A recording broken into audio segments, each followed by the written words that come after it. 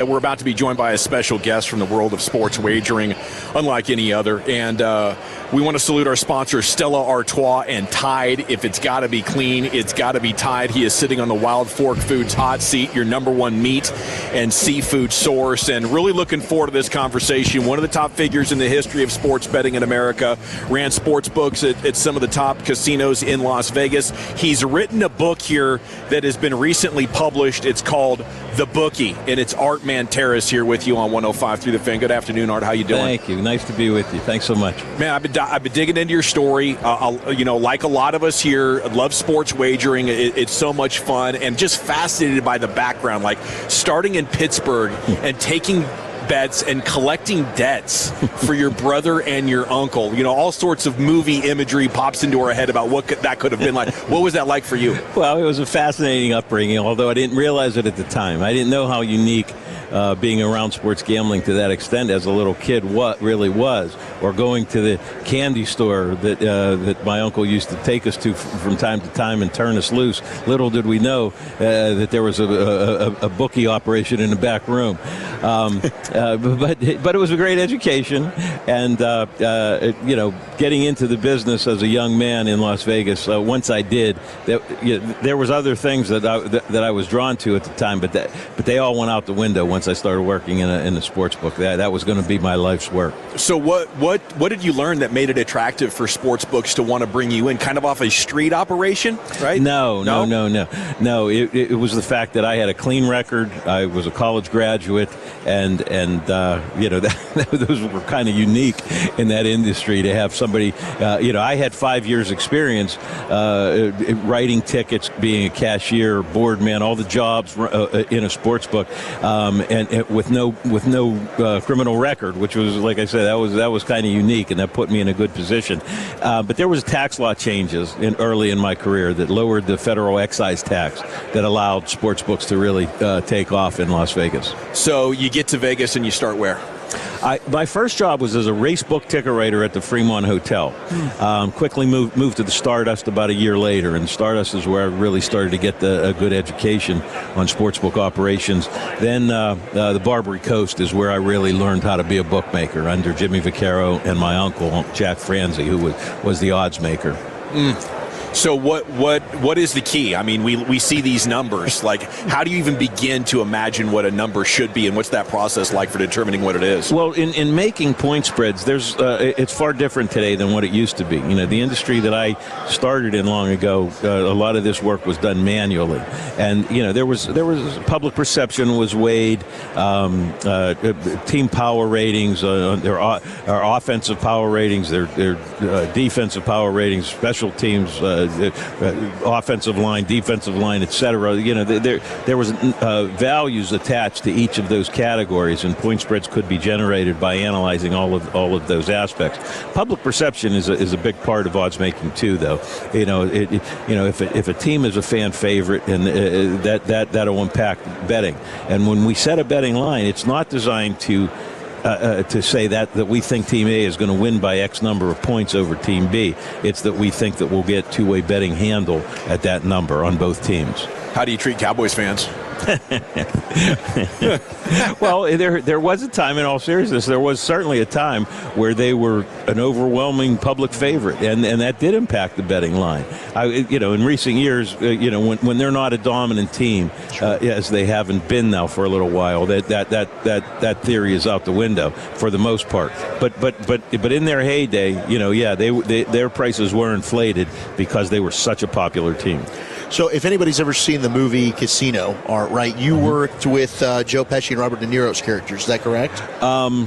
Not. I didn't work with them, but I dealt with them. Okay. And that movie was a phenomenal movie, and it was tremendously accurate.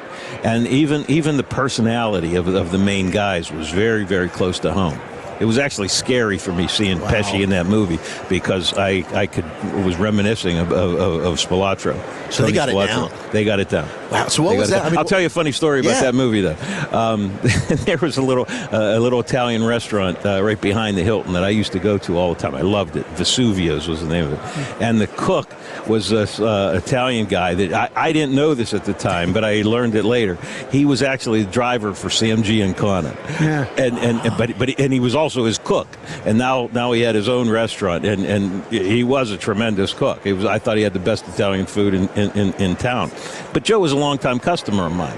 But he'd come in, he'd bet, $50 or $100 couple team parlay here and there.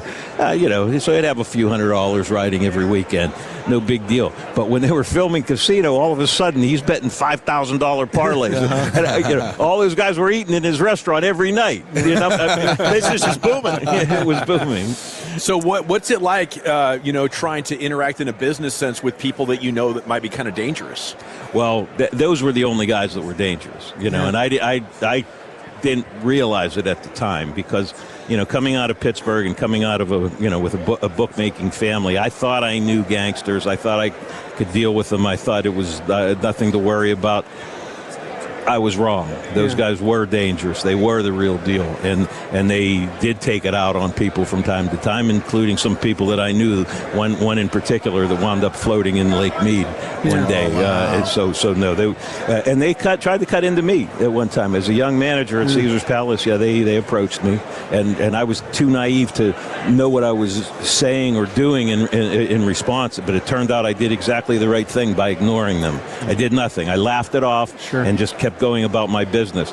Didn't say anything antagonizing, didn't say no, didn't reject them, didn't encourage them, but really did nothing, and it turned out that was exactly what I should have done.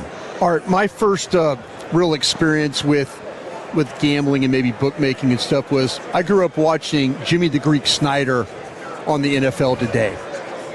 When you saw that, and how was that was that really the start? I know we've had, but is that the start of where it was for broadcasting and maybe not to where we are today because it's just massive, but was that really the first Jimmy the Greek Snyder on TV talking about bookmaking? Yeah, that was revolutionary, and I knew Jimmy well. He was a very good friend of my uncle's. And there's a good picture of me and him in the book here somewhere. And in fact, I dated his niece for a while, for a time. But that was precedent. A precedent at that time. He wasn't allowed to give point spreads. Right. But he would say Team A would beat Team B by 4 points when the spread was 4. And he literally would call my uncle before he went on the air to get an update on the odds and get his projection on the next game.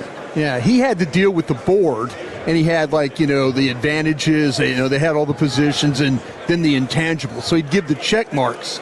So I was kind of thinking that was maybe the start of me watching this is pretty cool. They're kind of talking about the why of this, why this game might go that way. Yeah, and it was because now that was the first time that anything close to sports gambling was discussed on the public airwaves. Right. And Jimmy was a gambler, and that's what I respected about him and others in the industry, like Hank Goldberg, who was on ESPN. Oh, yeah, ESPN a long time, yeah. Yeah, and my very good friend. But those guys put their money where their mouth was. Sure. And I always respected that about both of them. That when they told you on a broadcast or privately that they like a side, they needed that side. Right. So pinky fingers, kneecaps, all that's real. well, I don't. Collecting for the illegal bookmakers is a tough part of the business. Right. It really is. So you would be a collector? No, not me, but the people close to me were. Yeah. Wow. So I was around it. I saw it. Yeah, it exists. Okay, so I know you got some great stuff in your book, Mike Tyson stuff. What do you think is the most interesting thing in there? I tell people that the most interesting part of the book is the Manny Pacquiao Mayweather fight. Okay. It was the biggest bet fight in Nevada history for a long time. And, I was very, very involved in boxing for a long time. Yes. I signed fights, I promoted fights, and was in charge of the sports book at the same time. And I didn't see that conflict of interest while I was doing it. But after I got out of the boxing business, and now I stumbled upon this really relevant information about about Pacquiao being injured before their fight.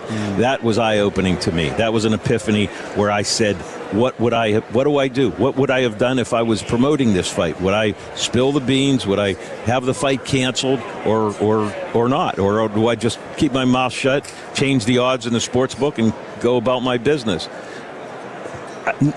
Nevertheless, I came away from that moment saying that there must be a distinct line of separation between gambling on sports and participation in sports. And I preached that message for years. And I worked for the NBA for a decade. And they loved that message back then. They don't love it now, apparently, because the line between gambling and participation is non-existent today, and that concerns me. I love both. I love both industries. I love what the leagues do on the field. The product that they produce is fabulous, and I have no qualms, no hard feelings or illusions about the games themselves. I think they're still great, but they should not be involved with gambling companies. The name of the book is The Bookie from Art Manteris. So how common do you think it is today that players are throwing a game or impacting a prop bet? I've always been a really strong proponent that the games are legitimate. And there's such a small percentage of games that are tainted by scandal. But the things that have happened now in the last couple of years with the proposition wagers has really changed all that, and that's really concerned me. I hear this all the time. Even in the AFC Championship game, the Broncos-Patriots game, there were some controversial calls or non-calls at the end of the game. I heard on public radio, on various radio shows, and people even asking me that game was fixed, and it wasn't. It wasn't. It was a tough game that could have gone either way, with some calls that could have gone either way, and that's just the way sports is always going to be. It's the way it's always been, and the way it's going to be. So I believe that the games are very, very credible. But these individual player performance props now in recent years has me really concerned. I always was concerned about college athletes, and I was never an advocate of taking prop bets on college athletes on their individual performance. Right. But what's happened in the NBA and in Major League Baseball in the last 2 years has really concerned me. And because of that, I'm now advocating that people take a look at the Nevada model, because we didn't have these kind of problems. They were so few and far between. We knew what we were doing, and we prevented this kind of stuff. What makes you suspicious that maybe a game is fixed? Is there anything? Oh, if there's unusual money coming in on a game from unknown sources, and there's dramatic point spread movement coming from sources that you can't account for, that would certainly get my interest. And that's what happened in the 90s in the Arizona State scandal that we talk about. These kids were coming in with bags of money out of nowhere, betting the other side of Arizona State repeatedly, and it just didn't look right, didn't smell right, and it wasn't right. Heck of a story, man. Thank you so much. The book is The Bookie, available wherever you get your books, I imagine. Yep, HarperCollins and Amazon online, I love it. Thank you, Art. Thanks Great so story. much, Best of luck to you. And we roll on here in the G-Bag Nation. Art Manteris brought to you by Tide. If it's got to be clean, it's got to be Tide.